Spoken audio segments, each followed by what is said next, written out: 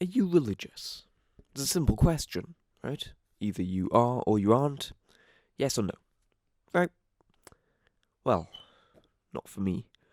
I wasn't raised religious, but in tougher times in life, I turned to my fiancée, spent time with my kids. But despite every reason not to, I sometimes pray. I don't know why, and I don't even know if I truly believe that there's anyone listening to me. Which got me thinking, can you truly find comfort in prayer?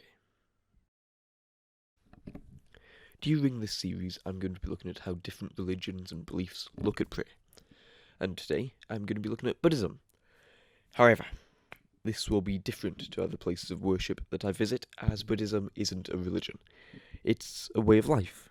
It isn't about worship to a god, but faith and discovery in oneself. They don't pray their worries to a deity, but meditate to concentrate their own mind. Well, that's my understanding of it anyway. So, naturally, upon my visit, I had some burning questions on my mind.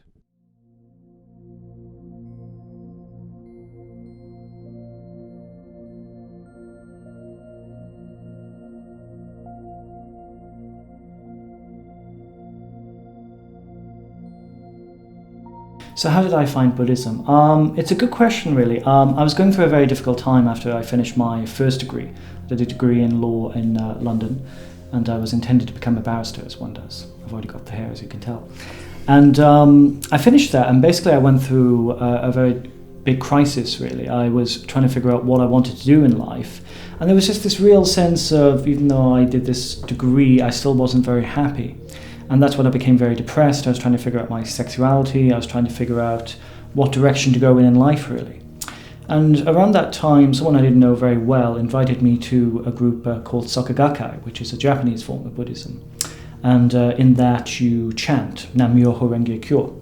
And I did that for about a year, and I found them very, very friendly. But I'm quite intellectual, so I wanted something that was a bit more Western orientated, really. So I really came to Triratna about 7 years ago. I started off in Norwich, and I was just really impressed when I came through the door of how people were just so friendly and quite laid back, and there's an awful opportunity to study. So that's really where I started, and I've just been here since, really.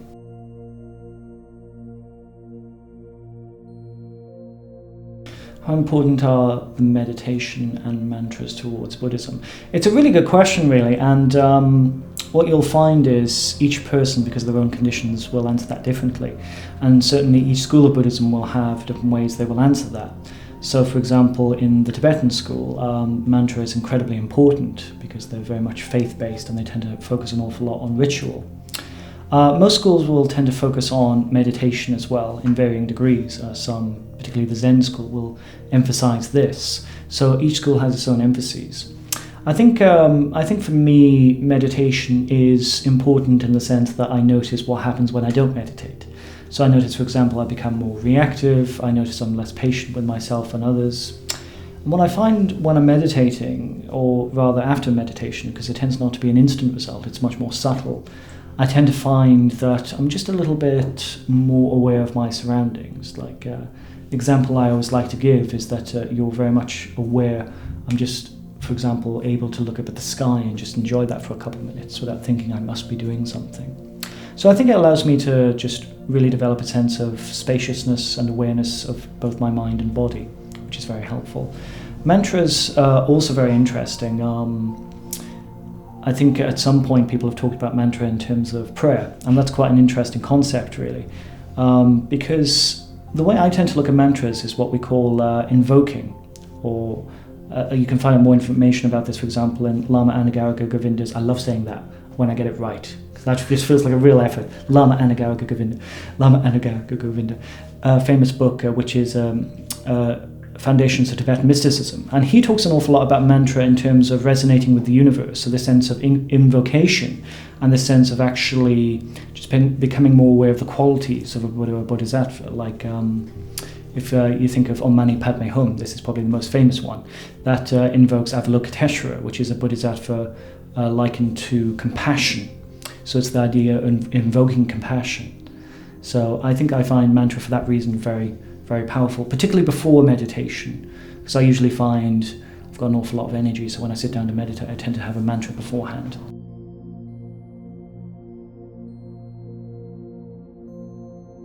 Do I have a connection to a particular mantra? I think for me at the moment, I tend to go through various phases. And I think for me, the one at the moment that's quite strong is one that's connected to a figure called Padmasambhava.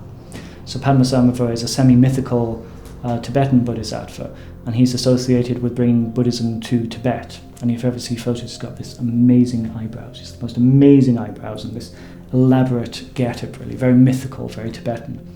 And his particular mantra invokes this sense of change. Because I think for me, I notice I tend to be quite reactive and impatient with myself and others. And that's something I'm just trying to work with gently, really, just chip away at. So I find Padmasambhava has these real quality of change through patience and compassion, which I find very helpful.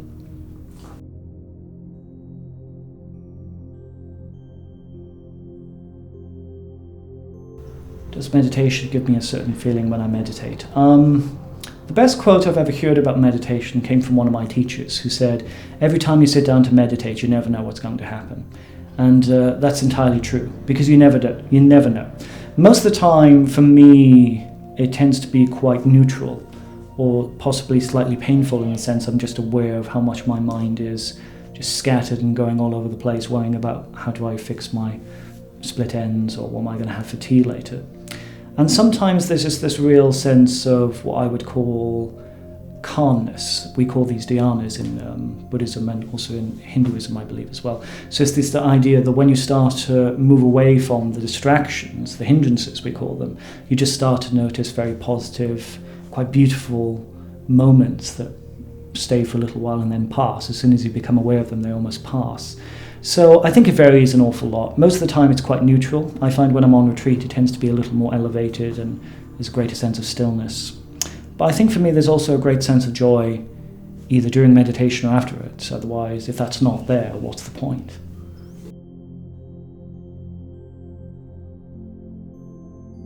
Do I think others can benefit from meditation even if they're not Buddhist? Yes and no is the answer to that, actually. I think it's slightly naive to think that meditation can benefit everyone, and I suppose I'll expand on what I mean by that. I think what's happened increasingly in our society is obviously mindfulness has become a huge thing, and I think awareness can actually be quite challenging. So for example, an awful lot of people that suffer from anxiety, depression and other mental health problems are suggested to try mindfulness and meditation, and I think sometimes that works and sometimes that doesn't. Because if you're suffering from quite a severe mental health problem, becoming more aware of what's going on can actually be very, very painful. And if you don't have a support mechanism around you to allow you to work with that, that can actually make things worse. So I think meditation can be very, very helpful if it's approached in a sense of this is part of a toolkit I can use if I'm not a Buddhist in order to help me with whatever I'm trying to deal with and experience. And I think, to be honest, one of the greatest problems we have as a society is not so much too much stress and anxiety, it's actually a lack of genuine friendship and a sense of loneliness. So I think meditation done in the context of friendship with others who can talk about that openly is very important, and I would say that's the way to do it.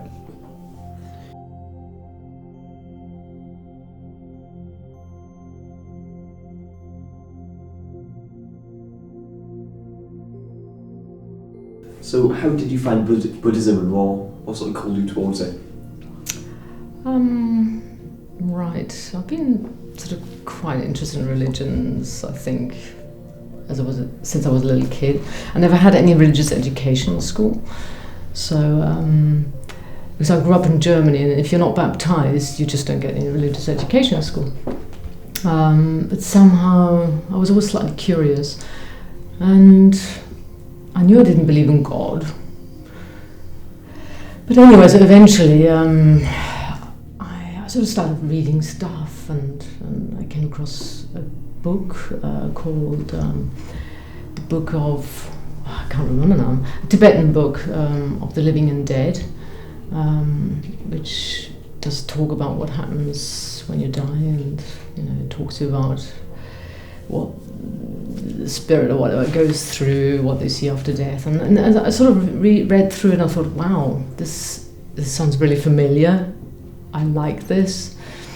So anyway, then I started reading a bit more, and And then I decided I had to start meditating, I had to learn how to meditate, because Buddhism meditation is very important. So I started coming here because they offered sort of drop-in meditations, and the rest is history, as they say. So you said just then meditation obviously been very important in Buddhism. Why is that exactly? Buddhism is really about transforming your mind. And you can't really do that just by reading stuff, by conceptually understanding how stuff works. You have to, somehow your mind has to have a sort of intuitive understanding of what the teachings are, but you have to experience them rather than just thinking about them. And meditation is really the way to do that. I mean, don't ask me exactly how it works, but it does seem to work. So, yeah. So, not so much how it works, but how do you feel when you meditate? Okay, that varies quite a lot. Some days it seems like a chore, sitting still, and the mind is just going yak, yak, yak, yak. And then some days you have sort of moments of real clarity and calmness, and it's always, meditation is an opportunity for the mind to really relax. You know, unlike, say, watching a film or reading a book, the real relaxation actually happens when you do nothing. And so I try and bear that in mind when I meditate. Also, I've been on retreats, you know, really deep meditation retreats, and if you're lucky, I mean, lucky is the word perhaps, you get sort of insights, what's called insights into how reality actually is, and how the nature of your mind, and so forth. Yeah. And what mantras do you feel you have a personal connection to? Well, mantras is a bit of a weird thing. I have a sort of, sometimes they work for me, sometimes they don't. There's only one mantra I really connect with, which is a mantra of this lady over there, but you can't see that perhaps. And yeah, I mean, there's a couple of mantras, yes. There's one which is perhaps Rajapani. He's quite a fierce sort of looking character, and he represents the sort of energetic, insightful aspect of your mind, and he sometimes comes to the fore, particularly if I feel there's a bit of anger or something, and I can, by saying his mantra, I can bring that anger a little bit out into the open and recognize it, and then just let it dissipate. So I find that quite helpful. And the other one is just this sort of wisdom mantra, which I used to, before I became sort of a Buddhist, or before I realized, I was actually using that mantra in an English translation without realizing it. Every time I saw maybe a roadkill or something, and I'm quite into animals, I like animals, and whenever I see a dead animal on the road, it used to upset me quite a bit, because I used to drive a lot, commute, and I would sort of spontaneously start saying this mantra, and I found it made me less upset and just protected me from becoming a little bit despairing, if you like, you know, the poor animal, the sort of horror at this randomness of death just happening. So I use that mantra sometimes just to get a sense of perspective and just to calm the mind a bit. Yeah. And what times do you find yourself meditating most? I try to meditate every day. Because it's like sport or going to the gym, you know, you should really do it regularly to get the most out of it. So yeah, I don't manage it every day, but most days, and And there are special retreats you can go on, and I tend to go on those once or twice a year, where you do a lot of meditation. And do you feel mantras and meditating can be compared in any way to prayer in other faiths? Yes. Well, I think that's a really difficult question, because I don't know much about prayer. I suspect you can get into a calmer state of mind. You know, you can alter your mental states by perhaps saying a litany or something, you know, repeating. I mean, I know some Christians would perhaps say things like Hail Marys or something, and use a rosary, just like Buddhists would perhaps use a rosary. And so there is this calming aspect of the mind. I don't know whether you get into any other forms of consciousness in prayer. I don't know about that. But meditation is also about changing state of consciousness, which I think might be quite unique. You know, so prayer, I don't think is supposed to do that, but I don't know whether it does in some religions do that. No. Even if people aren't a Buddhist, do you feel they could benefit from meditation? Yeah, I mean everybody. I mean it's in a way it's not a religion as such. You know, meditating. It's simply using your mind as you would use your body. You know, so if you wanted to become good at, I don't know, playing, you know, any sport, you train your body, right? You go to the gym, you build up muscles. You know, you do whatever you need to become good at the sport. And with the mind, it's the same thing. So if you want a mind that is flexible, is kind, is open, is creative, to bring out the best in your mind, you meditate. It's like going to the gym for the mind. That's great. Thank you very much. Mm-hmm. Okay, thank you.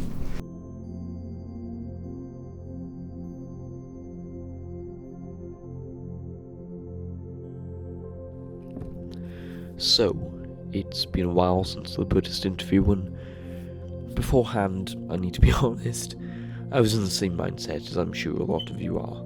I didn't buy into meditation or mindfulness, but then I listened to what they had to say and then I tried it myself. You see, one of the things that really resonated with me was the idea that there isn't a right or wrong way to meditate. You can do it in whatever way works for you, be it sitting in silence, doing the garden, in my case, cleaning the kitchen, which, since that interview, I promise you, I could eat off that floor. And considering I have young children, it's a good thing. Ultimately, if I was to answer the question of can meditation help for anyone, personally, myself, yes, I think it can. It's mostly just clearing your mind and then letting it wander off to where it needs to go. So, what's wrong with that?